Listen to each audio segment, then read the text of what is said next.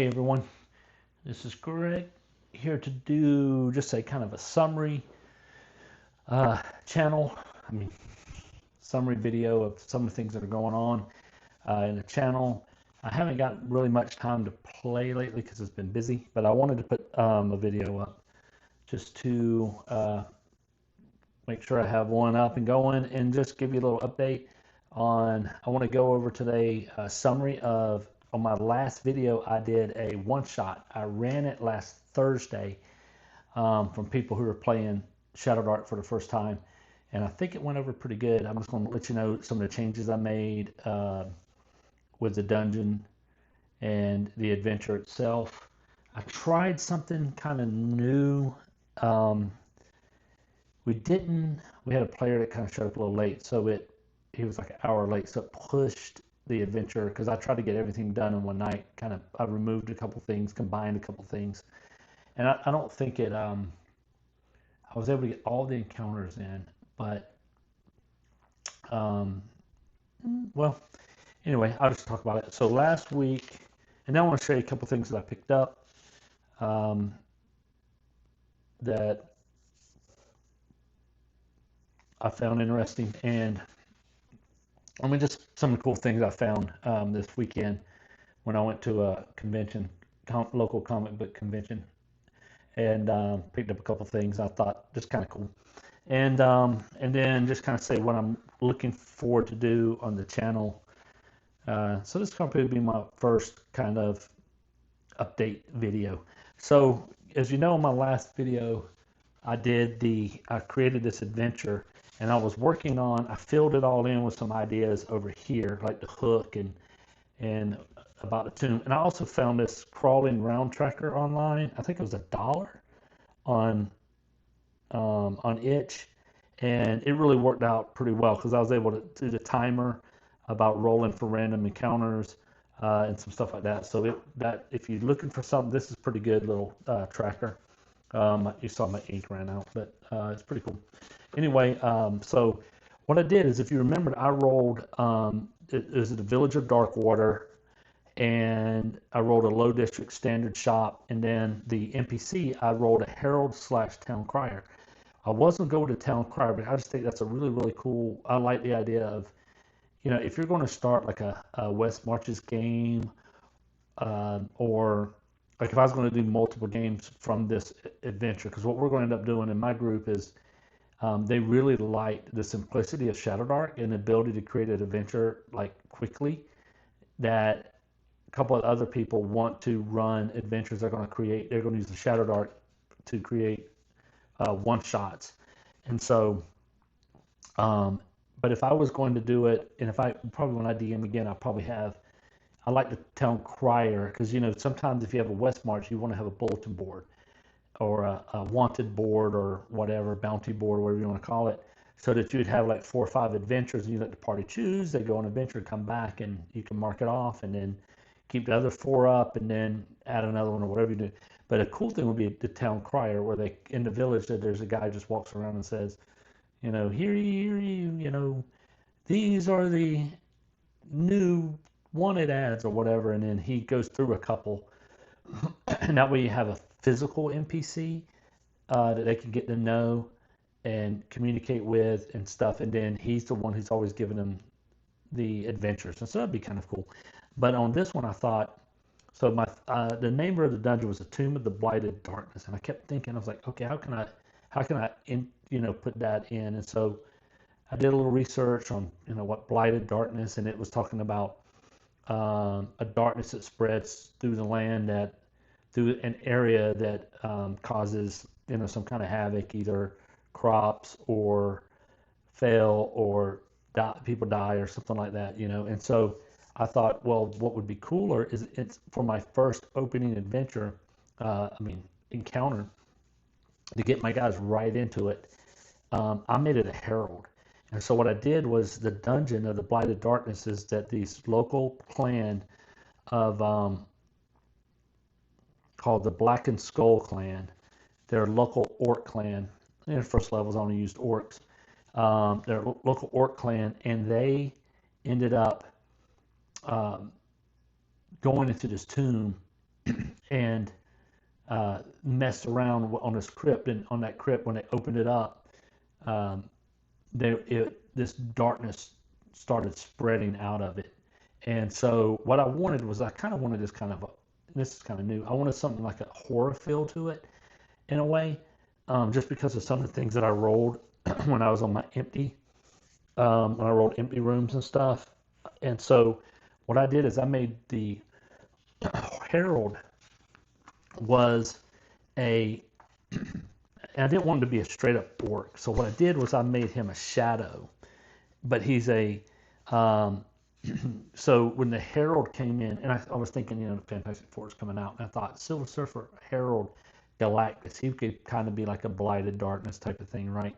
And so I thought, oh, wouldn't it be cool if this black, one of the orcs had been taken over by the shadow, and he heralds the arrival of this uh, darkness. And so what I was going to do is I was going to make it a manifestation of, out of ShadowDark, of Ramalot, the god of the orcs, that by them going in there and doing some kind of ritual, that they pulled him into this tomb, and he was manifesting himself, this shadow, this darkness.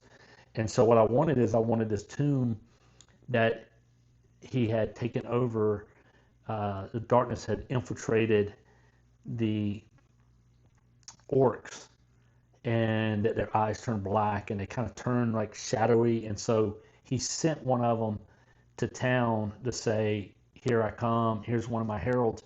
And then I made the herald bust out into different shadows. Like I made him giant when he came in. He was like 15, 16 feet tall.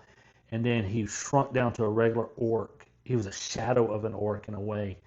And he went down to a normal orc, but then he scattered out these shadows, and they started attacking the townspeople. And my guys were just coming out of the shop, because I rolled that they were in a standard shop. They were just coming out of the standard shop buying some stuff, and they look up, and here comes this huge, shadowy orc looking, as a herald. And so that way I got them right into combat, because my guys like combat. So they like a combat with a little bit of also some fun and some NPC encounter, role play stuff. So I got them involved in it immediately. And so then every time one of the townspeople died, because here it says if the target dies, it becomes a shadow. So these shadows started to, as the townspeople died, their shadow would come up, and they would start moving towards the tomb. And so that would get my players to head towards this tomb that's just right outside of town. And so they ran into the tomb. So they defeated the main shadow, and they started heading to the tomb. When they got to the tomb, I had it kind of that the darkness was starting to mist, like a dark mist was starting to come out of the tomb, and that they could hear, because my first encounter was a solo monster who was frustrated, angry, making noise, and he was fortified position. So he was this orc, and he was an orc chieftain that he didn't get taken over by the shadow, but he saw what was happening, and he ran out. And so he was at the front of the tomb, but the darkness was still, he didn't know what to do, so he barricaded himself. And as the darkness started to attack him, because I wanted it that I used the elemental in here, and I made my monster an elemental shade, a swirling mass of living shadow. So I kind of used this, but I lowered it down, because if the asterisk on here means an elemental. If it's a lesser one, it's a level 6. If it's a greater, it's a level 9. But what I didn't want to do is I didn't want to have it too overpowering. I want it to be that this thing just started to manifest, and it used most of its power to send out its herald, but it was still kind of coming into the world, and it was infesting this tomb. And it was kind of breaking the tomb down a little bit, because that's what I was going to use with my hazards. So I had these minor hazards. So basically, it was this idea that they're going into this tomb, and I shrunk, instead of having all these different rooms, I took all the empty things that were in a room, the ripped lace fancy garment, the short strips of cloth woven into a deformed doll, and the strips of animal thing. I had those as one like empty room. So when I came into it, it had this horror feel to it. Like here's this deformed doll and ripped clothing and this uh, strips of animal hide with clumps of flesh on it. I wanted it to be that the darkness was, and so one of the things that the elemental shade does, and so this is something that you know, like she always, Kelsey always talks about attack, or the ShadowDark talks about attack the light. Well, the elemental shade, one of its attacks would be extinguish all light source in near. So whenever I rolled for random encounter and it happened, I let him attack. But when they first, I let the darkness kind of attack them, right? That it would it would be a shadowy whatever, but it would manifest an attack. And one time I think it knocked the light out, and but it gave this feel of, as they were going through the dungeon, that each room, like the darkness was like, not only they saw shades coming in and heading to back of the tomb, and the shades of, and then with a timer, if they didn't get to the shade by a certain amount of time, it would grow more and more powerful. So I had a timer on them to get, to get to where they needed to go, to kind of move them. And so, but the first one was this chieftain who's brought himself in, and he's fighting the darkness. The darkness would lash out at him, he'd fight it. That's why he was angry and frustrated. But none of my party, so I rolled on the reaction chart and I got neutral. And so none of my party really knew how to, none of them spoke orc. So it ended up being, I just had him like do some grunting and pointing or whatever. And he knew, and I rolled to see if he knew a little bit of common or like a couple words. So he was like, he could just say help and he'd point. And so they just left him alone and went down into the darkness because they felt like something, because they had already had combat with the orcs that were, had already been taken over by the shadow. So they knew that something was going on. And because they had also heard rumors about this Blackened Skull clan, because that was the orcs that lived close to the town, and they were, the town had to fight them before, and, hold off raids and stuff of that stuff. And so they had kind of been familiar. And so this guy was a Blackened Skull clan type of chieftain or something. And so, because I didn't know, I rolled when they got there to see, because they used their charisma modifier and everything to see what happened. It was neutral. And so as they were moving down, the dungeon was the darkness was starting to kind of come in on it and collapse into walls. And whenever it manifests into a physical darkness, it would start crushing on the walls. And that's what made my minor, because I got a collapsing wall and then I had dense rubble.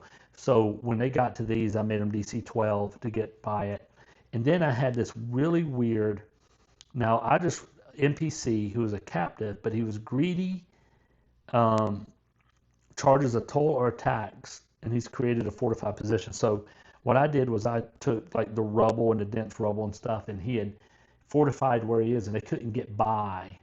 And so that was a fun interaction of, like, he wasn't running, he was scared, but because I was like, well, I was like, I'm just going to play this straight up. It's just kind of a light in the middle of this dark dungeon that they're in, that here's this guy who doesn't want to flee the things going on, but he's just greedy, and he ain't going to let them pass. And he had a weapon and stuff, and he wouldn't let them pass unless they paid him a silver piece or something like that. But they really liked it because they thought it was just funny, because they all stared and like, what is this guy doing in the middle of this tomb that's collapsing? But he's, he was some kind of captive, and so I did that, and they liked that. But then I had them get down to they made it to the boss. They made their checks, and I think one of them almost died with the collapsing wall.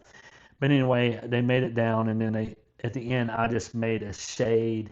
They fought 3 orcs who were already turned, and because it says guarded by minions, it says clever, cunning, deceitful, wicked, physically more powerful. And so, and then after they did that, they had to fight the shade, and the shade was getting stronger. And so I think I made it, there were 3 heroes. I made it like 3rd level, so that way it wasn't as deadly. Again, this is a 1st level dungeon. So I just wanted them to get a hints of. I really wanted to try what happens if the dungeon, if the monster that's manifesting itself. I love the herald idea. I thought that was just kind of cool. And afterwards, when we talked, that was something that they liked. That they thought it was a good way to start a dungeon, because usually, you're just like, hey, go here and do this or whatever. And it was having a herald come in and say, and I think I wrote that he said, bow to Ramalat or be consumed by the darkness. And he did it in a big, loud, booming voice, and then he spread out the shadows and started attacking the town. And then, he shrunk down so he wasn't that big, strong of a character, because really it wasn't about it being a very strong herald. It was just about sending the message and getting them to the dungeon. So that's how I did a Tomb of the Blighted Darkness, and they made it. And what was crazy is I rolled on their dungeon chart. Afterwards, I rolled for treasure, and I rolled a 100. And so they were able to get I made it a 4th level. They were able to get a +2 magic weapon off the bat. So that's kind of crazy. But hey, that's the way it rolls. And so they were able to get that. They were able to get a suit of leather armor. Oh, I had to roll on another one. They got a suit of leather armor, dyed black. And then they got some dragon, a bag full of dragon scales, red dragon scales, or something like that. So they were they loved it. They loved the game. They loved how fast it played, because it's the first time they played ShadowDark. They loved how fast it played. They loved, how simple it was. They loved the darkness and, because the timer, because they like dungeon delves.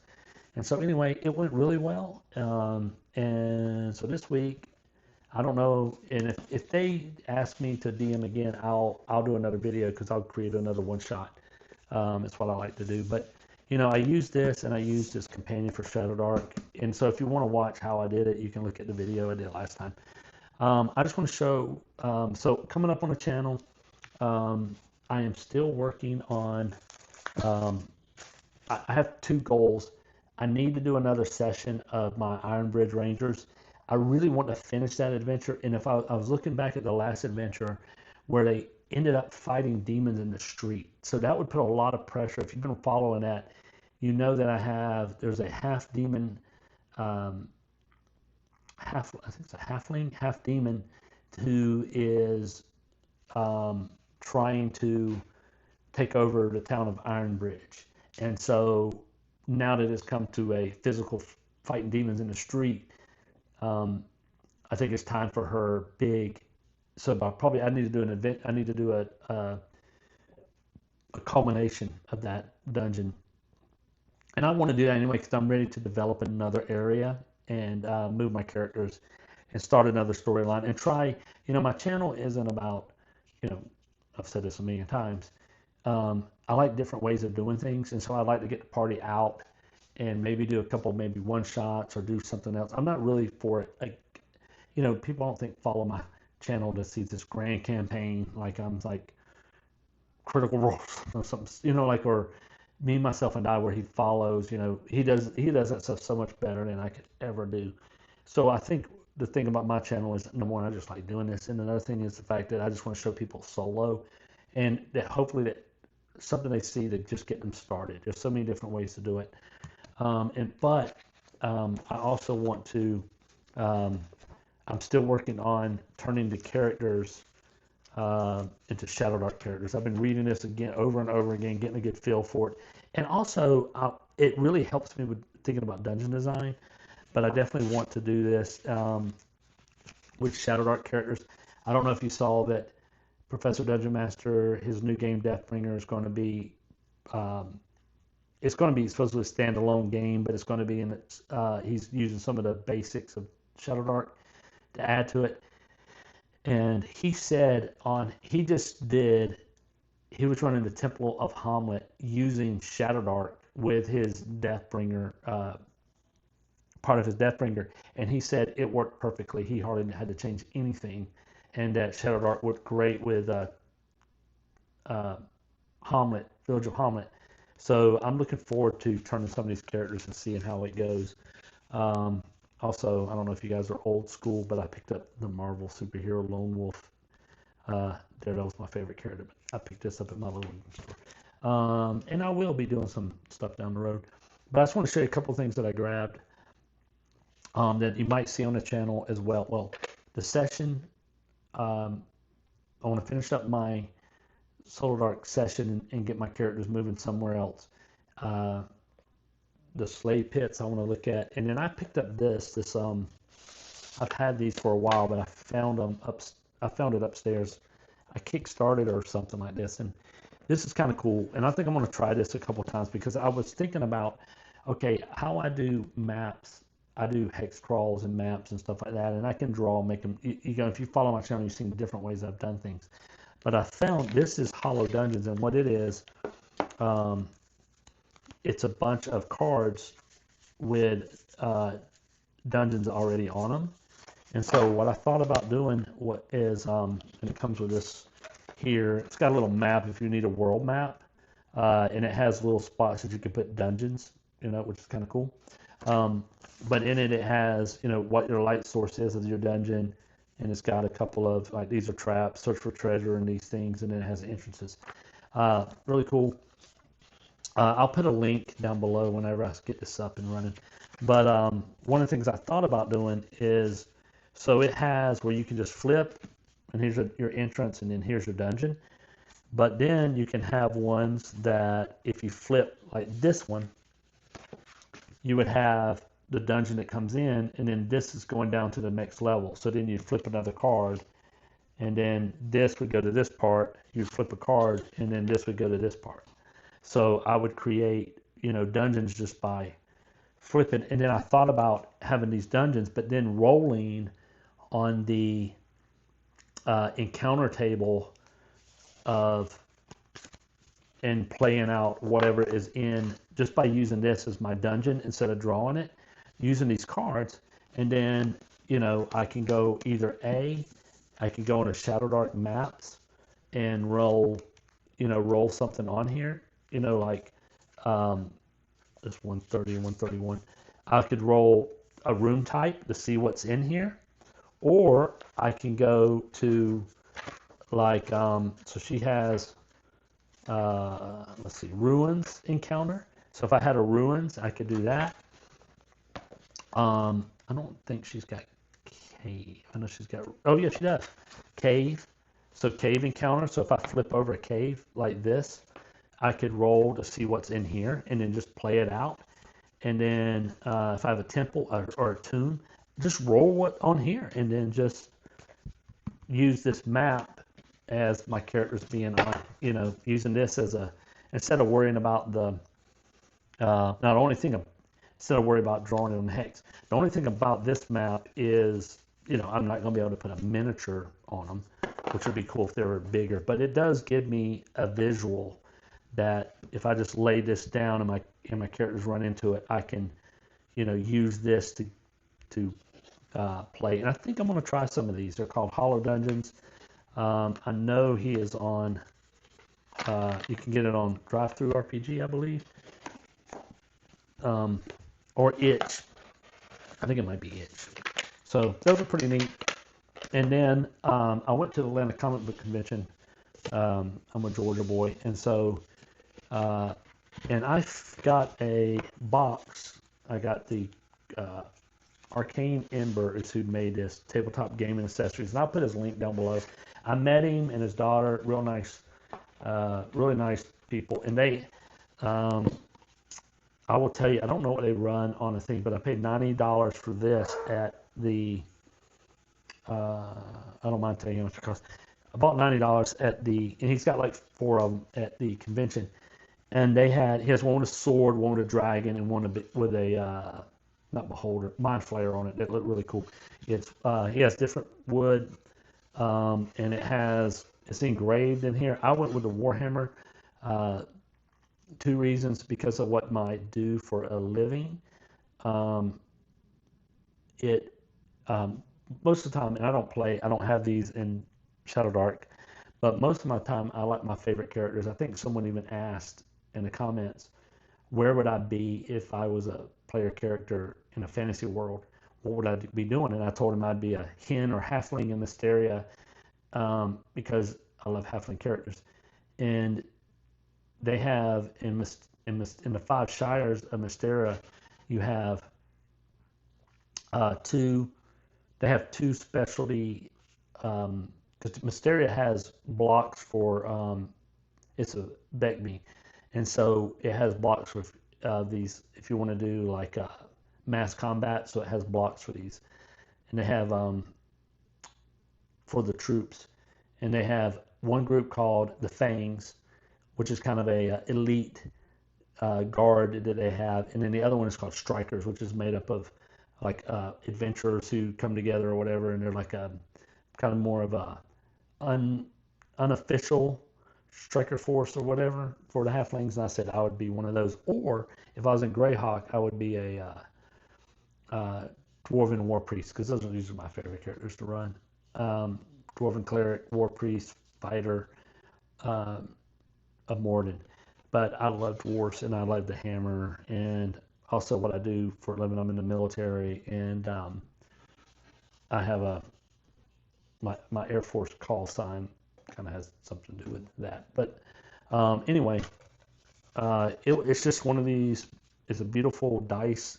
So it has, for you can roll in. Now my Runehammer dice are too big. They're not going to fit in here. These big old troll tooths, whatever he calls them, not going to fit. But I wanted to.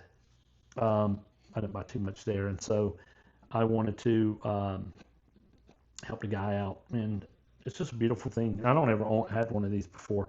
So 3 rows of dice, you carry your miniatures, and then a pencil. Thought it was great. Nice dice box. So if you're interested in something like this, I'll put the link below. I think like I say, he has different woods. I went with what is this? Sapelese? Yes. I don't know, whatever they call it like this. The Trio Vault hammer. I don't know if you can see that, and that's the wood. And so, yeah, I picked this up, Arcane Ember. And so that's pretty neat. I want to share that with you guys. Again, I don't get anything from these people. I just picked it up and thought it was cool. And the other thing that I got, comic book convention, I'm a comic nerd. I was able to pick up these DC Sword and Sorcery, and it's the Fritz Leiber, Farfard the Barbarian, however you say his name, Farford, and the Grey Mouser. And I was able to get all of these. I didn't pay $12 for it. These were in the $5 bin. So I was able to pick these up, and they're very, very cool. It's 1 through 5. So I was pretty excited. Just thought I'd see, if we're on a Sword and Sorcery, Sword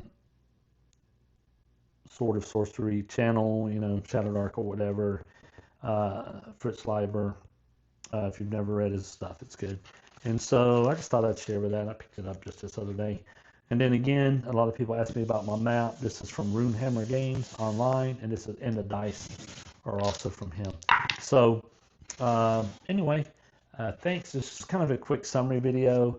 So look for this week. I'm probably going to go ahead and finish up session. I don't know what session number I'm on, 12 or something. I think I'm going to go ahead and finish up the first part of my campaign of my ShadowDark player characters. I'm going to still play them because I like all 3 of my characters. And if they survive, because the next one's going to be probably a bigger battle that they're going to have to approach. I think her name's Mora. Sorry guys, I haven't looked at it in a while. So I think that's going to be my next video will be that. Or if I DM, if they tell me I need a DM tomorrow, oh man, tomorrow's Thursday. If they have me DM, I might do another roll up a one shot. We'll see. But anyway, just a quick video. Say hello. Thanks for all the support, and you guys have a good night.